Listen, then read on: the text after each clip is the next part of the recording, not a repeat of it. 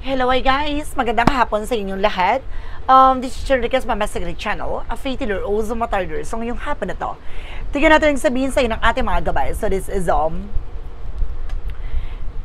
monthly pasilip for the month of June 2025 for the sign of Capricorn. So Capri, welcome to my channel. Ano kayang messages, advices, and spirit guides ang ating masasaga for today's video? Kanina kaya energy or kaganapan sa buhay ng mga Capricorn ng ating mga hagilap. So guys, this reading is a general reading namang hindi lahat makaka-resonate. Kunin lamang po ang makaka-relate sa inyo and comment down below kung kaninong energy ang ating nasaga. Because don't forget to like and subscribe my channel and hit the notification bell for more videos update. Kasi maraming salamat po sa mga walang sawang pagsuporta sa aking channel, lalo-lalo na hindi nag-skip ng ads away, pagpalain kayo ng Diyos at may kapalisiksik liglig na umapaw na biyayang manambalik sa inyo. So let's see guys ng what is the messages advice ng ating angel spirit for the sign of Capricorn. So let's see and watch this. Ano kayang pinakamensahe sa iyo ng ating mga angel spirit, ang ating mga hagilap for today's video? Let's see and watch this. And this is something that I want. Now, there's something near to success na unti-unti mo nang pagtatagumpayan. No? Ibig sabihin, magtiyaga ka lang sa lahat ng ginagawa mo. No? And there's a 7 of Wands that you are being protected. Protektado ka daw dito. No, marami mga nakamasid or marami naman nakatingin sa'yo, pero wag kang mag-alala, hanggang tingin lang sila. No, and there's something that the King of Pentacles with something practicality, and there's something good sense pagdating sa entrepreneur. No, marunong ka raw mag-manage at mag-control ng finances, that's good. And there's a Page of Swords being curiosity, no? Tuklasin mo lahat ng bagay na makakatulong lamang sa'yo. Alisin mo yung mga bagay na makakasama sa eksena mo, no? What is additional messages? Represent guys with the 6 of Pentacles, no? Magtutuloy-tuloy na rin about sa finances, no? Magiging maganda na raw daloy ng iyong pagkakaperahan. No, some of you may magbabayad pa ng utang. What is the Knight of Wands? Reference or makakapagbayad ka na ng mga utang. Okay, thank you. And there's a Hermit, there's something, the answer you need is here. No, talaga masasagot na lahat ng katanungan mo. No, lahat ng bagay na dapat mong malaman, ibibigay na sa'yo. No? Let's see what is the additional messages. And there's something, the Queen of Swords, no, clear the boundaries. No, linisin mo yung mga bagay na magsisilbing balakid, no, sa pagtupad ng mga pangarap mo. No, you are being protected, so kailangan alisin mo yung magsisilbing blockages. And there's a 4 of Wands, something celebration. Unti-unti ka rin makakaranas sa mga celebration dito. No, makakaranas ka ng something, a wedding, or of course, a celebration, birthday. No, there's something guys with the world card. No, some of you may travel. No, there's something success, a victory is yours. And this is the Queen of Cups, emotional killing. Magiging kalmado na ang pakiramdam mo. No, parang luluwag na at gagaang na ang pakiramdam mo dito. No, itong buwan na to, maaaring giginhawa ka na. No, mawawala na yung parang tinig sa dibdib. There's a 5 of Swords. Nagkakaroon ng self-sabotage dito that because of your action. Ibig sabihin dito, iwasan mong pangunahan yung mga bagay na mangyayari. No? Iwasan mo mag-isip ng kung ano-ano. No, there's a Knight of Swords. There's a lot of toxic and negativities around you. No, merong mga bagay dito sa paligid mo, kaya ka na-stress kasi iniisip mo yung mga sasabihin ng iba. No, huwag ka nagpapadictate sa mga tao na nasa paligid mo. No, gawin mo yung mga bagay na makakapagpasaya sa'yo. No? I-boost mo yung self-esteem and self-confident mo. And there's an Ace of Pentacles. No, may malaking perang paparating. No, may malaking opportunities na darating. No, magiging maganda to ang daloy nito. And there's a chart card with an action and movement. Magkakaroon ng changes and development talaga sa situation mo. Na magsasucceed ka talaga. Makakarating ka na sa ibang bansa. No, some of you makakaalis ka talaga. And there's a devil card. Some of you guys na meron naman ditong, kumbaga, gumagawa lang hindi maganda sa'yo. No, meron nagpabayad, may nagbayad dito or binayaran para mag-isip ka, ma-depress ka, ma-stress ka. No?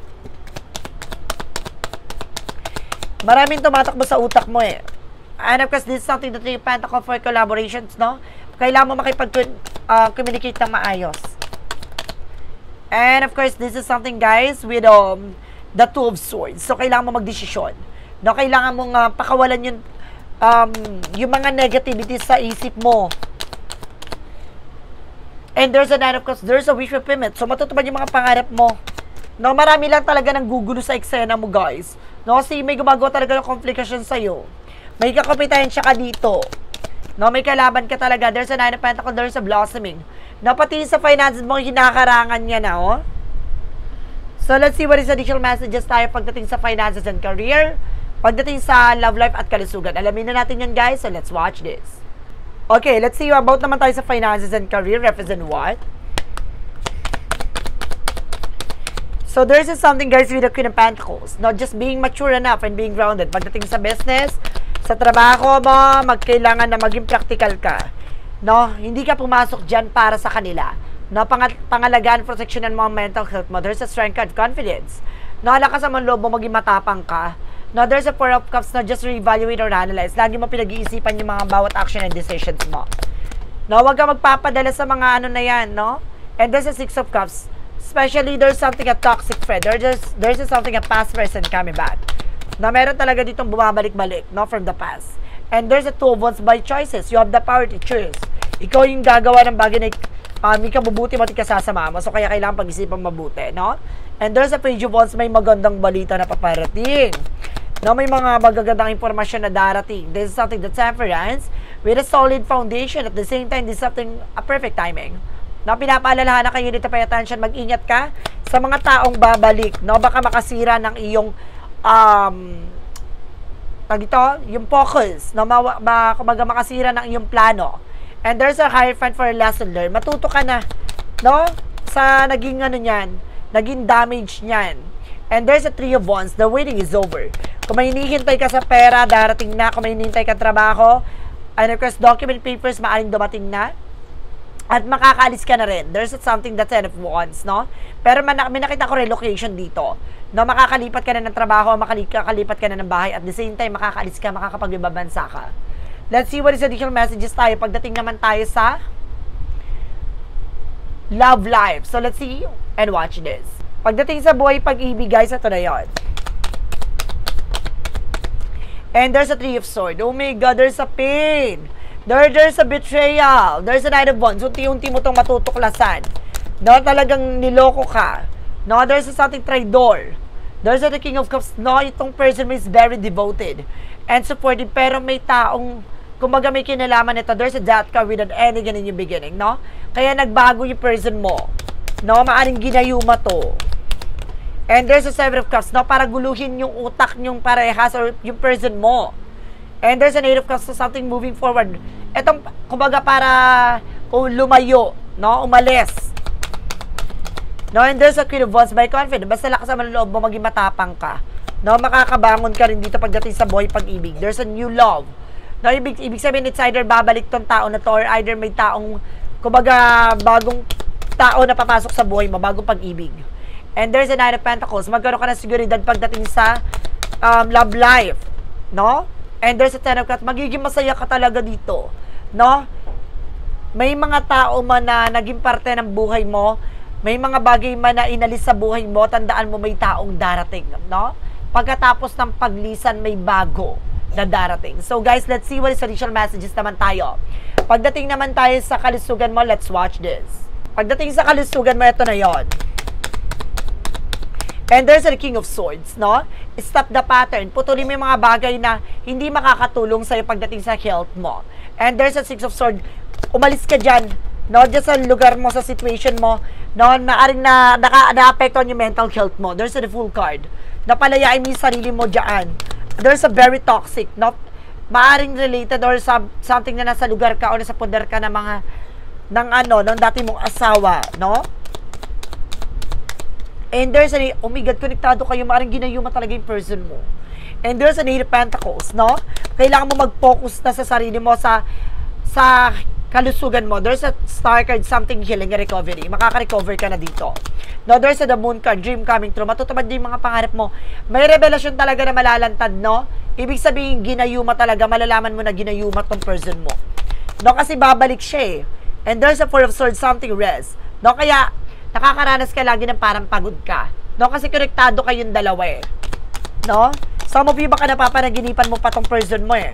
And there's a document, sabi ko na nga, balutang eh. Oh my God. No? Kumbaga balisa talaga tong person mo, ginayuma talaga siya, oh. Talagang ini-stick talaga. Oh, there's a 7 of Swords with the sneakiness. Ibig sabihin itong gumawa na to, ang laki ng inggit sa'yo. No, para sirain tong eksena na to. Or either, kapag itong tao na to ay either kabit ng person mo, or either may gusto sa person mo. No? Talagang sinira niya ang inyong pagsasama. Let's see, hanapin natin, hagilapin natin ang pinakagabay at mensahe sa'yo ng ating angel spirit. So, let's see and watch this. Okay, let's see what is Romance and Love Oracle deck. No, alamin na natin ito pagdating sa buhay, pag-ibig. Mensahe sa buhay, pag-ibig. And this something, guys, with it together. Oh my God, find joy in the simple pleasure of just being together. Talagang pagtatagpuin at pagsasamahin kayo, pagbubukli din kayo ng isa't isa kung talagang itong tao na ito ay para sa'yo. So, there's a mystic forest with an oracle card.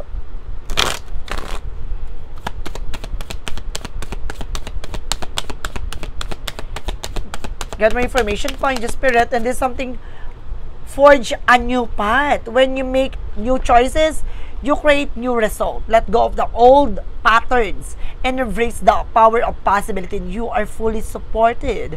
So, support at ginagabayan ka ng ating angel spirit. Ibig sabihin talaga dito, kailangan mo ng sundin at kumbaga simulan ng bagong tahatahaking mo landasin, no? Kalimutan mo na, tumiwas ka na sa mga naging silbing, nagsilbing bangungot sa'yo sa nakaraan, no? Huwag mo nang balik-balikan pa. What is the angel's answer? Represent what? And there's a wait, no? Hintay mo yung tamang pagkakataon para sa'yo. Don't stop. No? Tuloy-tuloy mo lang yung mga bagay na magpapasaya sa'yo. No? Yung mga bagay na alam mo makakabuti sa'yo. What is the chakra messages? And there's something, guys, with a soulmate. Maaring magkakaroon ka dito ng soulmate connection, or maaring itong taong darating na maaring soulmate kayo. And this something release. Pakawalan mo na. No, ano man yung mga bagay na naging bangungot sa nakaraan, kailangan mo nang alisin yan sa buhay mo, sa sitwasyon mo.